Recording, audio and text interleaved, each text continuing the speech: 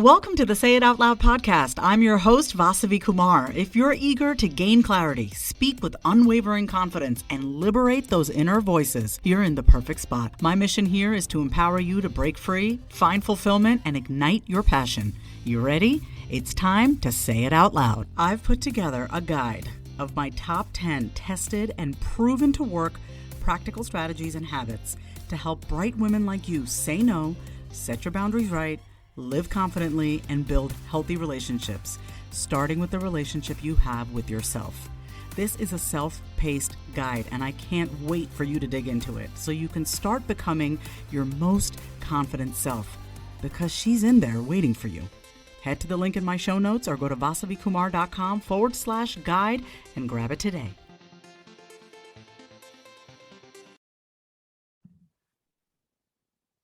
Welcome back to another episode of the Say It Out Loud podcast. I am your host, Vasavi Kumar, and I am here joined by my client, Jason Buchel. Jason, how are you?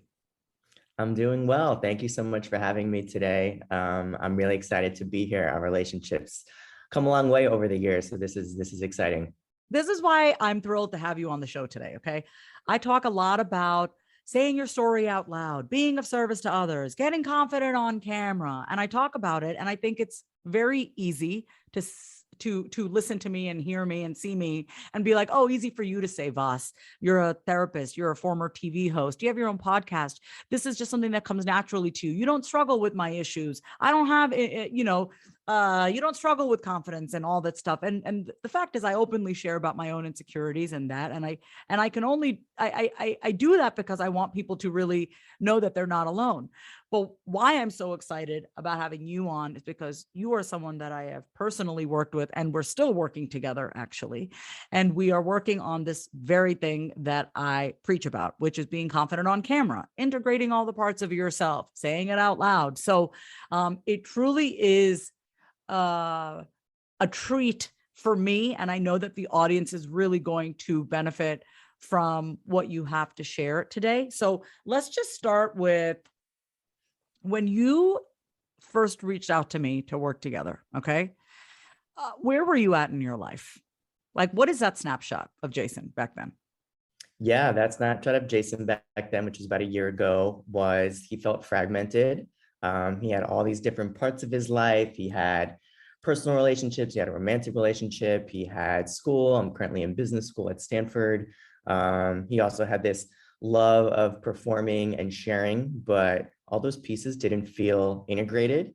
He felt like he kind of had to pick and choose one of them to focus on at a time. And then there was always another part of him that didn't feel full. And so I feel like our work together has been on how to integrate and have just a fuller, richer life at once.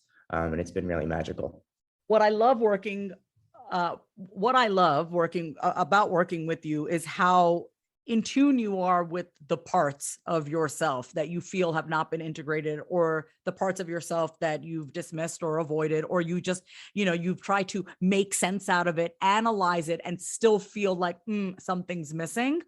One of the key stories in your life that has set the tone for this fragmented feeling that you've had, this key story that we always come back to. And I want to say this with every client that I work with, we are always looking to extrapolate, like, where does this come from? Right. Because you didn't just wake up like this. Right. Okay. Everyone has stories, a story and stories that lead to this very familiar feeling, Jason. Everyone goes through this. Anyone who says they have not gone through this is lying, feeling fragmented. Everyone goes through this. So one of the things with you and I that we worked on is really looking at that core story of yours. This is the first time that you're sharing this core story here on the Say It Out Loud podcast. I can't think of a better place, but even before sharing it here on the podcast, you recently just hit a huge milestone in your life as it relates to this core story of yours. Can you tell us a little about that recent milestone that you've hit and why it's so important to you? Yeah, thank you. So I recently gave a keynote at Stanford Business School where I talked about the importance of trusting your body for decision-making, as a framework for decision-making, as I called it. And that was a huge milestone for me because I openly shared my coming out story, and how that has really shaped every decision of my life since I came out to my parents when I was 10 years old. So I was a young kid, and I knew I was gay. And when I told them that, they lovingly responded that I should wait until I was older to be sure. And that waiting, I think, is really the first time that I started realizing and questioning if I can trust myself. Can I trust that I knew this thing about me when I was 10?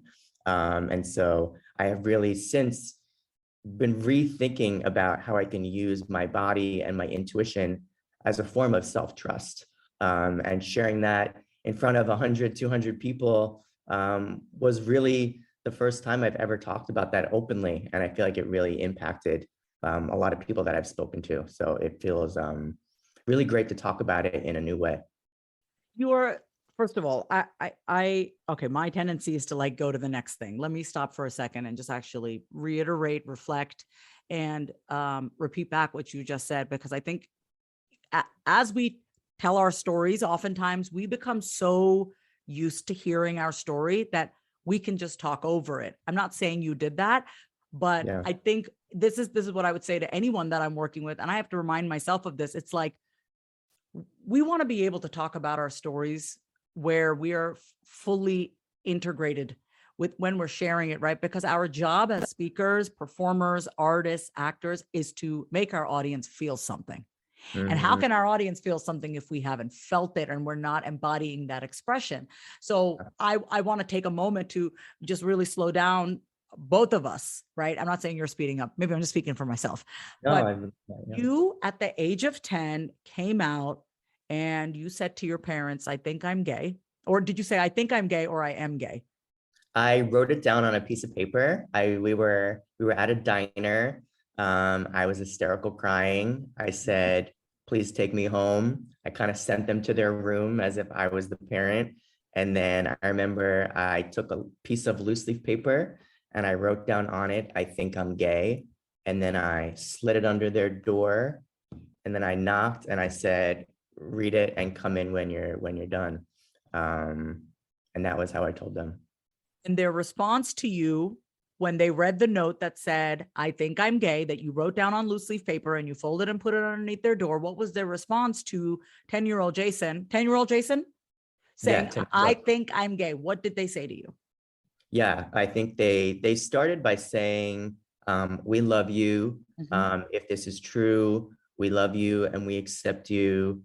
And then it kind of went into a little bit of fact checking, like maybe you just think boys are handsome. Maybe it would make sense to wait until you were like 14 or 15. So I would say it started by we love and accept you, but then it kind of moved into this kind of pressure testing if it was true. Yeah. But let's just Yeah. let's actually let that sink in for a second, because what I want everyone listening to this to really hear is like, how, where in your life, once again, we are not blaming Jason's parents. We are not, making them out to be awful people. That's not what this is about, right? So for all of us, we have an incident, right, where something happened, and this thing happened, and it forever changed your relationship to you, your wisdom. You got cut off from your source, right? In that moment, 10-year-old Jason was very connected to his source and to his body. And at that age, he knew, I'm talking about you like you're not here. Sorry, Jason, you knew at the age of 10, I like boys. I think I'm gay. You knew enough at 10 years old to construct that sentence. I think I'm gay. Mhm. And when you went to your parents, and as children, we do put our parents on a pedestal. We looked at, they're our gods at that age. At Yep. our age, parents are our gods. And even as you get older, we got to take our parents off the pedestal, right? You went to them hoping for what I imagine. What were you hoping they would say to you? Like, Yeah. if we've never talked about this, if you I don't could go know. back and rewrite all of that over, Yeah. if they just would have said this, how would have your entire life been different? Yeah, it's a great question. In the moment, I remember what I wanted in the moment. And at that point, it was just to be heard. I don't think and to be accepted. So in that moment, that's all I really, I think, could consciously think about. But if I could go back and rewrite history, which I fantasize about sometimes. I think I've even told my parents this. Um, I would have loved the response to be, you know, if you're sure, you're sure, and we love and support you, and less questioning. And if at the very least, I think, if not that, then maybe checking in like 6 months later. I think a little bit of checking in on how that process was for me, yeah, maybe would have changed when I actually came out, because I didn't come out till I was 18. So that's 8 years of Not being, trusting yourself. trusting myself and being unsure about something that I was really sure about. Even when I wrote the word, I think I'm gay, I remember qualifying it. I was like, this isn't, I know, but I wrote think to, to make it slightly easier for the 10-year-old version of myself. And maybe also slightly easier for your parents. Like, Yeah. Yeah. like, oh, I don't want to be so certain because that might scare them. Let me be a little watered down. So Mhm. everyone listening, think about in your own life where you were sure about something. You're sure, but then you start to talk to people. You Yeah. start to tell people about your thing, and then you get their opinions. And then you're like, maybe I'm not so sure about this thing because, oh, I've just now let other people's opinions enter into my mind. How many of us have done that? Stayed in relationships for too long, stayed in jobs too long, said, entered into a friendship where we just feel like this is really one-sided. Like you just ignore yourself, right? And I love what you said about, like, you wish that their response was like, if you're sure, then okay, we support you, right? But like putting the power back in your hands and being like, well, we trust that you can trust yourself, right? Like we trust that you trust yourself. Wow, Yeah. that would have been so powerful for you, though. So powerful. And I was just talking with my parents about this actually a few days ago. Mm-hmm. And they had shared with me that it was actually advice that they had gotten, like from, I think, a teacher I had in preschool. And so I just think it's so interesting the way that we're all kind of trying to learn from someone. Like I was, probably kind of trying to learn from my parents in their response. And I think they were getting advice from my teacher, who kind of saw me playing with girls a lot and maybe had some questions about that. So it kind of just, for me, really shows me that yeah, everyone's kind of trying to learn from somebody else, and then it's hard to kind of know what the other person is actually looking for, and that's Wow. sometimes that's the best path. What I never knew that. I mean, in all of our sessions, Yeah, well, yeah. obviously you I just just talked, learned this the other day. but Yeah, I'm now thinking like, oh, see, it's so interesting, right? You think it's been this way this whole time, right? And you're like, oh, that's what they said, but now you know a little bit more behind the scenes. Now what can happen is the resentment can start to dissipate. More yeah, compassion can now come, like, oh, they didn't freaking know. They were getting advice from a teacher back in the early 90s. What the hell did anyone know yeah, in the early 90s about how to yeah, talk to kids? Wow, they were just trying to do their best. And so 10-year-old Jason can start to heal, because yeah, the adult Jason can be like, they were just doing their best. Now, adult Jason can now start to nurture that 10-year-old Jason, who maybe still be pissed off and still like not trusting himself. And you can be like, no, listen, they didn't know. They yeah. didn't know. They didn't mean to do that. Listen, you were right the whole time. At 10 years old, wow, look at how smart you were. Look at how wise you were. Yeah, yeah, that's why I think our work has been so exciting, because it's really just about understanding the past to now have a better present and future. It's not about kind of like staying there and getting frustrated by it, or even reimagining it. I mean, it's fun to fantasize about it, but for me, it's really been about how could I understand what I needed then to know what I need now. Mhm. And yeah, I constantly now picture 10-year-old Jason when I make decisions and think like, oh, would this make him proud? And that feels like a really different way to live. So if I had to like come up with the process of our work together, right? So it's like, we looked at your core story, right? We looked at your core story. That's something that I think that's always there in the background. And then we Yeah. also start to create a new story. And the way that we create a new story is by integrating those parts of yourself that have been hidden. Yeah. I'm going to let you speak on this, but one of the things, Jason, no one knows this except you and I, every week on our FaceTime calls, you're in your car and you're always looking snazzy as hell. You got some neon fleece pullover, or you have a shirt, like bright shirt with like a smile. Like you're always like, that's one part of you there are many parts to you that I love, and we're still bringing out more parts to you. But one part of you that I love is how expressive you are through your clothing. Another part that I love is how excited you get about traveling, and you're like a professional experiencer. As an actor, I appreciate that because my job as an actor is to experience life and bring that to the stage. I love that about you. So I'd love for you to speak on different parts of yourself that maybe just came naturally to you, but you weren't really integrating it. Do you know what I mean? It's like this thing that you always do, but it's not like a full embodiment. Like you're not expressing that fully. So let's talk about that, about the different parts of yourself that you've discovered throughout our time together. Yeah, would love that. I think fashion is a huge one for me that I never really thought about before. I would always love like reading fashion magazines or going to like different blogs, but I would never wear half the stuff I would look at. I would just say, oh, that looks so cool. And I would say really in the last 6 months, so about halfway during our work together, I started to play with, can I use fashion as a way to express myself, like express the feminine parts of myself, the masculine parts of myself, the playful parts of myself, like the queer parts of myself. And so doing that has been such a wonderful experience. I feel so much more authentic and myself when I dress in a way that just feels fun and playful. And it reminds me of actually being 10 years old. Like I remember I used to like wear my mom's like shoes, or her, like she would have like these funky hats. Like it was just fun. And so I think channeling that is really different and actually feels like a source of power for me now. And it feels kind of fearless sometimes to wear the things I choose to wear, which feels really good. When you wear your whatever outfit you want, I feel you. I can feel your vibe. I can feel your energy.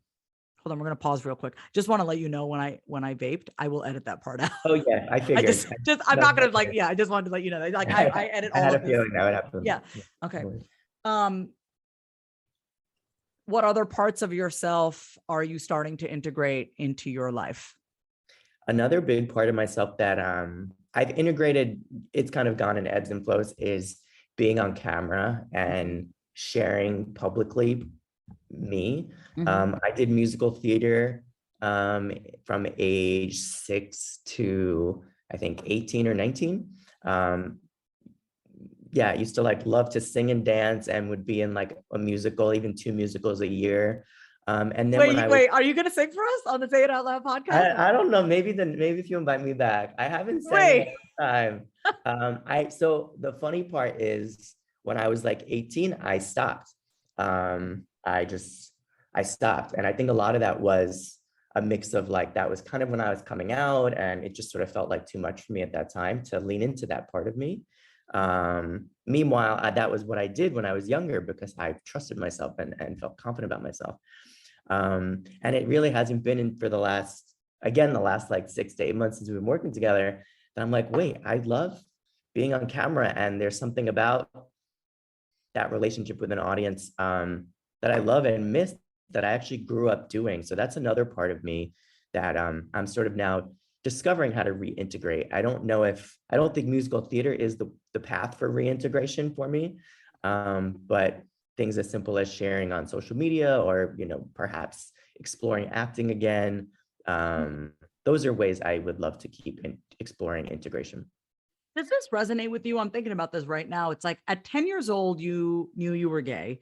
And then 8 years went where you didn't really have a chance to explore your sexuality, right? You were just kind of cut off. And in fact, you dealt with your trust issues through more obsessive compulsive ways. Like that's how you learned how to control things around you, because you didn't feel really in control of your own self because that connection was cut off from your source. So it's interesting, like for 8 years, basically 10 to 18, it's like, who are you, right? You thought you knew that you were gay. And so all the things that came so naturally, like the theater and maybe the acting and stuff that you love doing, I'm almost wondering, like when you turned 18 and you were like, okay, I'm gay, like this is it, like I'm gay.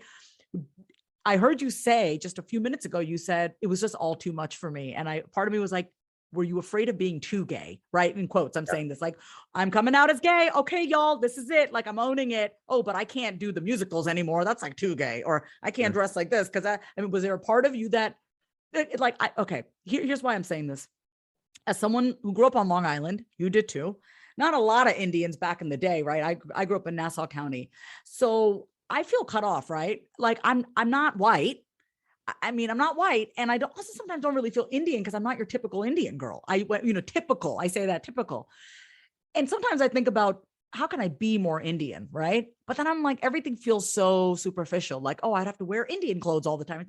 It just feels like when you are stepping into an identity that maybe you've been cut off from, it can feel a little bit too much to be like, oh, I can't be too out there, right? Is that something that you experienced? Is that maybe why you kind of, you know, maybe didn't pursue those creative arts again after the age of 18 when you own the fact that you are gay?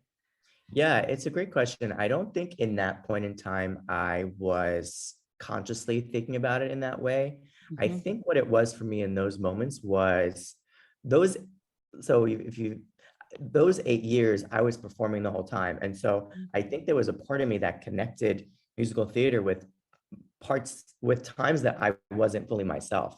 So like in this weird way, musical theater started as something that was so core to who I was, but I spent so much of that time also disconnected from myself that I think it brought back that part of me that like when I perform, I'm not fully myself because so much of that time I was closeted. So I think for me, that's what it was about. And it took a little bit of time, really the last year, to like remember how I was like 10 and earlier, as like a core human being. I think that's was more so what it was about. I think when I first came out, to your point, it was hard to know how to be like, Mhm. because I had just spent 8 years burying this part of me. Not Like, being that, you like yeah, not denying that. So now it's like, denying well, that. what does gay look like for 18-year-old Jason? Yeah, Yeah. yeah, yeah. And I wasn't even consciously, I wasn't even bearing it on a conscious level. And that to me is the crazy part. It wasn't like every day I was like, don't think about this. I hadn't even remembered writing that note to my parents when I was 10. It was like completely blocked from my mind. And so I think when I actually came out at 18, it was like there was this integration of like, how do I integrate who I was 8 years ago with everything that's happened in the past 8 years? Yeah. Let's take a quick break. Having been in therapy since the age of 12, I know firsthand just how powerful the process of finding the right therapist is. Going to therapy and talking things out with my therapist has made me happier, clearer, and most importantly, I have a plan for my mental health. I have tools to be able to communicate with others, and also the tools to cope when life gets hard, which it does. So let me ask you a question. Is something interfering with your happiness or preventing you from achieving your goals? Regardless if you have a clinical mental health issue like depression or anxiety, or if you're just a human who lives in this world who is going through a hard time, therapy can give you tools to approach your life in a very different way. And that's why I'm excited to tell you about today's sponsor, BetterHelp. BetterHelp's mission is to make therapy more affordable and more accessible. And this is an important mission because finding a therapist can be really hard, especially when you're limited to the options in your area. BetterHelp is a platform that makes finding a therapist easier because it's online, it's remote, and by filling out a few questions, BetterHelp can match you to a professional therapist in as little as a few days. It's easy to sign up and get matched with the therapist. There's a link in my description. It's betterhelp, HELP.com/Vasavi. That's betterhelp.com/Vasavi. Clicking that link helps support this podcast, but it also gets you 10% off your first month of BetterHelp, so you can connect with the therapist and see if it helps you. And because finding a therapist is a little like dating, if you don't really fit with that therapist, which is a common thing with therapy, you can easily switch to a new therapist at no additional cost without stressing out about insurance, who's in your network, or anything like that. I don't know where I would be without the help of therapy and my therapist, but I do know that life would feel that much harder. So if you're struggling, consider online therapy with BetterHelp. Click the link in the description or visit betterhelp.com/Vasavi. Thank you again, BetterHelp, for supporting this podcast.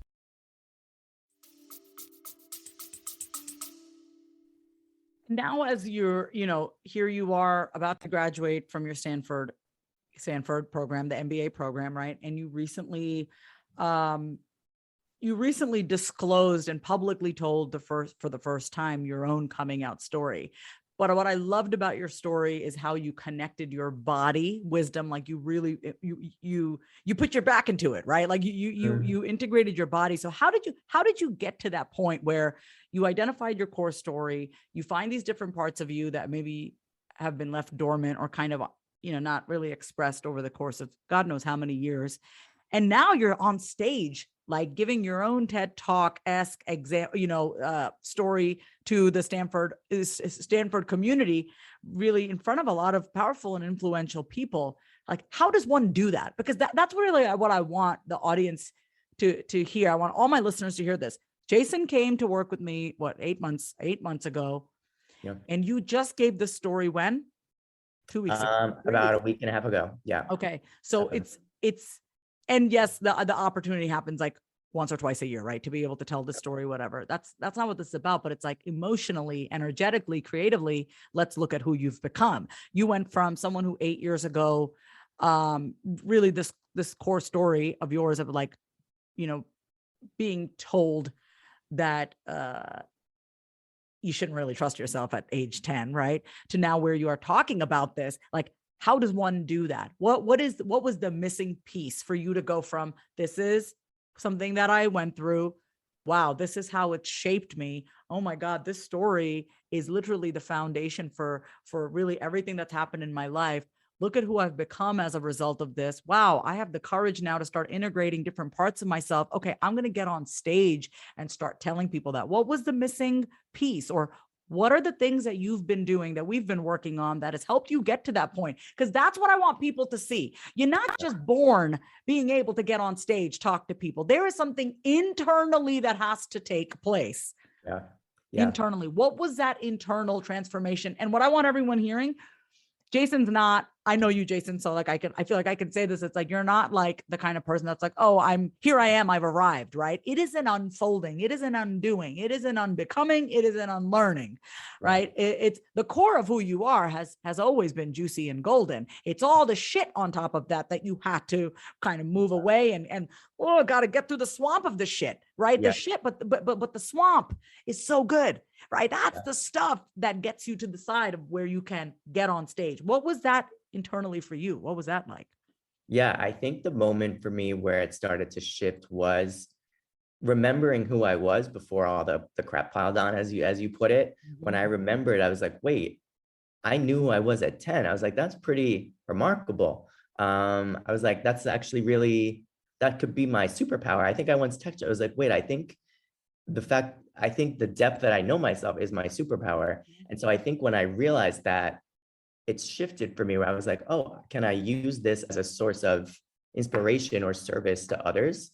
So I think that was the moment for me that it started to shift. And then I found a lot of smaller opportunities to share my perspective, to share my process for how I make decisions now, which is like a full body listening and integration experience. And I would just notice that people would be really surprised, but excited and be like, oh, I'm going to try that. And so I think finding like smaller opportunities to kind of see how your story resonates with other people was helpful, because it propelled me to say, oh, this means something. This is helpful to people. And then I think ultimately gave me the confidence to apply for this larger keynote opportunity. And then having positive feedback there is just propelling me to want to continuing to share the message in the service of others. The internal validation of yourself, like obviously through our work together, and I know you also work with the therapist as well, is like if you have been invalidated throughout your life, right? It helps to have people in your life who validate you, plain and simple. I don't know how else to say it, right? If you're not going to work with a therapist or a coach, have a friend that validates you. We all need that. I'm not even going to try to act like you don't need anyone, right? Like it's okay to, and when I say validate, when you would tell me your story and we kind of uncovered that core story, I remember I cried to you once, and which is very untherapist like, but I remember I cried to you and I was like, when you told me the story that you were going to share for your keynote and just the process of being 10 years old and coming out to your parents, there were parts of your story that I didn't even know, like you flipping a quarter, right? And for all of you who are like wanting to hear this keynote talk that Jason did, we have a link to the video, right, Jason? So we'll put that in the show notes. I don't want to give it all away, but I remember you sharing your story with me. And I remember it really, it touched, I cried and I was like, whoa. And that's when it hit me. It's like, oh, Jason has gotten to a point, and that made me feel really good. Like, wow, okay, our work together, the work he's doing is paying off. Like, you were able to share your story in such a way where I could feel you. I wasn't like, oh, he's just telling the story. He's just telling the story like, oh, the shit happened, whatever. I felt it. I felt for the 10-year-old. And I also had such massive respect for the 30-something Jason who was telling the story. But that comes from my philosophy, as you all know, because the name of this podcast is Say It Out Loud with Vasavi. I fundamentally believe that you were able to unapologetically share this story on stage because you are in the habit of saying it out loud. And when you say it out loud to another person, someone who's been through something similar, and they can validate your experience, that really gives a lot of confidence to then continue to keep sharing that story. Would you say? Yeah, 100%. I didn't actually totally, because saying it to somebody else helps you, I think, remember like the pain that you felt. When I used to think about my coming out story, I don't even think I honored how brave that was to say that at 10, and how hard that was to hold it in for 8 years, because you hold on to something for 8 years, you become desensitized to it. You're like, oh yeah, I waited for like a decade. But when you say it to somebody else, and you can kind of see the emotion in them from hearing it, I think it kind of is a mirror to you and reminds you of actually what you felt in that moment, and kind of give space for it, which it deserves. So yeah, I totally agree. So it was like you, up until a certain point, was like, oh, this is my story. But then you told somebody else who felt the compassion for you that you had yet to develop for yourself. That's Exactly. what it is. We need to borrow compassion from other people. And that's why it's so important. Because like, when you told that to me, I remember, do you remember my reaction? I don't know if you remember. I was like, wait, what? Like you had just been like, oh, this is my story. This is what happened at 10 years old. And I was like, wait a minute, Jason. At 10 years old, let's break that down. And I realized in my mind, Jason grew up really fucking quick. Jason grew up really quick. You had to grow up really quick to just, I mean, like you're not that childlike, you're not innocent anymore at that point, because you went so innocently and with such purity to your parents. And you're forced to grow up like, oh, I guess that's like something that a child should not have to experience, but you did. And the fact that you're able to not only see it rationally, but also with emotion and also with compassion, you're not being dismissive.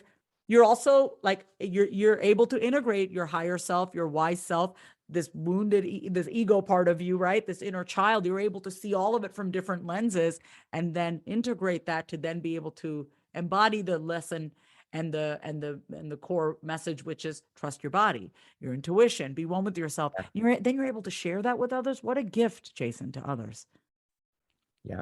Yeah. I think self-trust is something that people don't talk about enough. When I gave the keynote last week, it was just incredible to hear from so many other people who said, oh my God, I have a decision that I have to make, and I don't know what to do. And it's like, in all of those moments, for me, it does boil down to like, well, are you trusting yourself?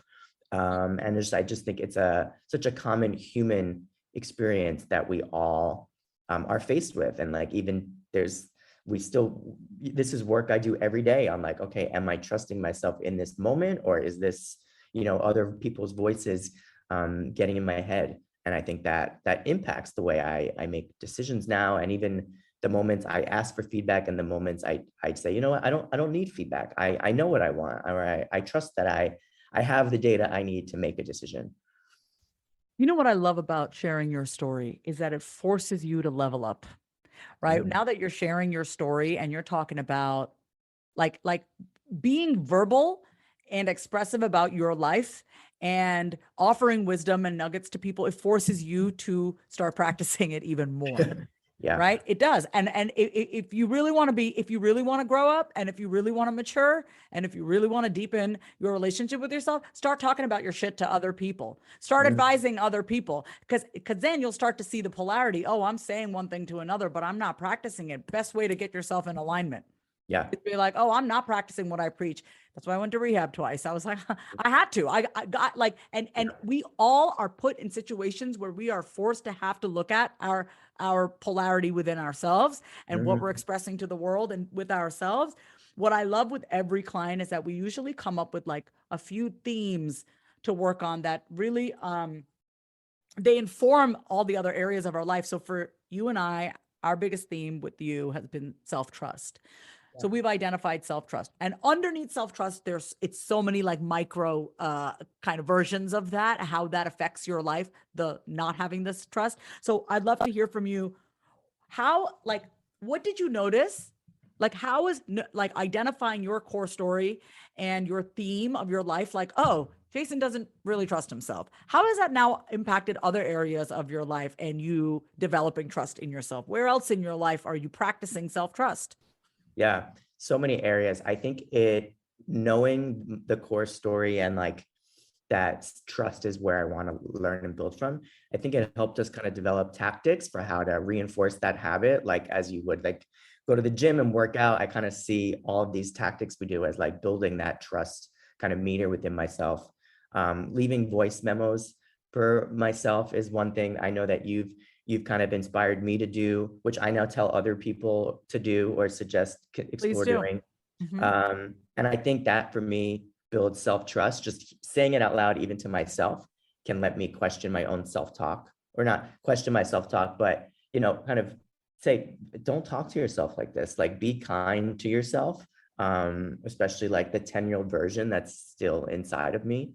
And so I think areas that come up is definitely school. The MBA program is super busy. People like notoriously say, oh, you have to make choices about what to do next in your calendar at every minute. And people get really stressed about it. And it's not something I ever get stressed about, because I'm like, no, if in my body, if I want to go to this event, or if I want to go to this panel or take this class, like it's a full body integration experience that feels really clear. Like there's oftentimes not a lot of ambiguity. So I would say school is one area, career is another area. I was pretty concrete, knowing exactly what I wanted to do after business school. And that also felt like a body decision. Yeah. And so you can implement a lot of what you've been sharing now vocally and with your friends and on stage now into your own, not only into your own life, but really like that is the point of this work, is that, like you are such a good example of, we work together. And now you're helping others. Like that's the trickle effect. That's what happens when one person starts to heal, they help another person. That person starts to help another person. You just, you blew it out of the water. You're like, oh, I'm going to get on stage and tell, how many people were in the audience? I think like 150-ish. Oh, wow. Not too shabby for your first time, Yeah. but whether it was one person or 150, right? This is Yeah. the point that I want to make, is that you're sharing your story. You're sharing something that has had an impact on you, that maybe once you were ashamed of, that, really you allowed to define you to your own detriment. You're now taking that and you're not a victim to your story. You're like, hey, y'all, you want to know what happened to me when I was a kid? Here's how it affected me. Here's how it screwed my life up. And here's how I'm learning to take the power back in my life. Let me show you how. That's exactly what you're doing. Yeah. And if everyone could have that mentality, oh man, we'd have so much fun in our healing and our transformation. Yeah, It's like, y'all, I went through this shit. Oh my God. And you want to know how much shit I went through? Let me show you. Oh, and I'm going to also show you how not to have to go through this yourself. Or maybe if you're in it right now, how to get out of it. I'm going to show you how, like, that's what you're having fun with it. And you're integrating all these parts to yourself, of yourself, as you do it. There are two questions that I've been wanting to integrate into this podcast. So you're going to be the first that I'm going to ask. Yeah, that's it. Yeah, you're the first. Yeah, because I know that people listening to this podcast, they want to get out there. I know why people are drawn to when I speak, is because they know what you see is what you get with me. I'm not going to fluff shit up. People know that, it's what I'm saying is exactly what I'm saying and what I mean. So I know that a lot of people who listen to the podcast have a dream and they want to be more out there. They want to have the courage to go after what they want. It's not necessarily being on camera or anything, but having the confidence and the courage to go after it. So when we're doing things that are scary, we have what is often referred to as your nerves. Your nerves kick in, right? And a lot of times if you don't really have any coping mechanisms to soothe your emotional nervous body, we can mistake that as like, oh, this is the truth. If I'm scared, I shouldn't do it. We've talked, you and I, Jason, a lot of different ways for you to soothe yourself through verbally writing it down, movement, Yeah. talking to yourself, all the things. What is your go-to to calm your nerves? Yeah, I think definitely a voice memo. Like that's one that calms my nerves. Just to So kind wait, of, so what you're saying is you like the sound of your own voice. I actually, Yeah. yeah. And I think hearing the sound of my own voice in a safe environment, it's just you and your phone. For me, it's when I'm driving. I'm like, yeah, it feels like a safe way to hear my own voice. And just to kind of put something out in the ether, it does make me feel a lot calmer. So that's definitely one thing that I do. I think another is more of a reframe mechanism. I tell myself that this isn't selfish. I know I have felt this, and I've heard just anecdotally, it can feel, I think for a lot of people, selfish to share their story. Like, oh, who am I to share this? Am I this important? And so oftentimes what actually calms me is a recognition that it's not selfish to share your story if it's to help or inspire others. It can actually be quite a gift to do that. So I think just that reframe I tell myself is calming for me, and kind of propels me to want to do the next thing. And then I'll also meditate. And I keep it really simple. I'll put like a 5-minute timer on my phone. I'll sit, and I'll just close my eyes and breathe. And like whatever comes up, but I give myself those 5 minutes. I give myself the opportunity to turn off. And sometimes my mind's still spinning, but creating that space calms me and kind of gives my brain a chance to just be with myself. Thank you so much for sharing those tips. I obviously I'm a sucker for the voice memos because we've used Voxer and audio notes in the past, voice notes. Yeah. One thing that just came to mind, I'm going to share it with you as a voice memo that you listen to. And I want to say this to everybody. Think about the one thing that you wish your parents would have said to you. For you, Jason, you said you wish they would have said to you, "We trust you," some version of that. Yeah. So everyone listening, here's what you can do as like your takeaway. Record a voice memo of something that you wish you would have heard, and say it in your voice. And every time you're feeling down, play it back to yourself, because there's something we all wish we would have heard from our mother, our father, whoever. For me, I have different things that I wish my parents would have said to me. I'm going to do that too. Yeah, I say it out loud to myself, but like I love how you've incorporated technology into it, because if we're all attached to our phones anyway, might as well use it for good. Yeah, use it for good. Okay, so Yeah. here's a second question that I want to ask. Is there anything left on this podcast? Is there anything on this podcast that you haven't said out loud that you want to say so you can feel complete with this conversation? Yeah, thank you for that, Chance. I think one added thing from the prior question, which is related to this, because I do want to say it on this podcast, is for anyone who is more of a visualizer, like just uses like mental imagery. Another thing that I've recently started to do is picture my younger self like with my older self in the same space. So like oftentimes when I say like I'm thinking about 10-year-old Jason, it's not him in a box. It's actually like he's literally sitting next to me, and like seeing both your younger self and present self together, I think could be a really powerful visualization tool to know if you're kind of caring for the parts of you that maybe weren't cared for as a kid. So to me, that is just an added tactic that I'm currently exploring that I wanted to kind of share in this space. I think it's really powerful to visualize your younger self with your present self in one space. That is beautiful. I have recently gotten into imaging and visualization because as an actor, that's one of our ways that we can start to get inside the body of our character, is creating images to clue certain emotions. So just thank you for like emphasizing. For me, I'm like, oh, I should really get back into my visuals. Like I read about it all the time, and I'm like, okay, Vas. And like, here's the thing, y'all. If a lot of the visuals that you have in your life are painful, not to re-traumatize yourself all over again, but in a safe space, like that feels safe, right? Like, and try that out. Like just try something out, right? Yeah. If anything Jason said, like if the visualization of like you sitting with your younger self and just like pretend like you're sitting at a little tea table or, you know, whatever, Yeah. like on a couch, like what's that experience like? Yeah. Closing your eyes in a safe space. I love that, Jason. I didn't know that you recently started doing that. So I'm glad that I'm hearing this and we can use that in our work together as well. Thank you so much for sharing that. Yeah. I think it's a powerful tool for me. So I wanted to share it. The only other thing I would say that maybe I haven't said is for anyone who uses kind of just thinks logic's the way to go all the time. I would be so excited to hear how it would feel to just start making decisions based on emotions. I think oftentimes in society we're told that like, emotion-based decisions are maybe like frivolous or they're not rooted in anything. And I just think there's such a beauty in using that as your compass for making choices.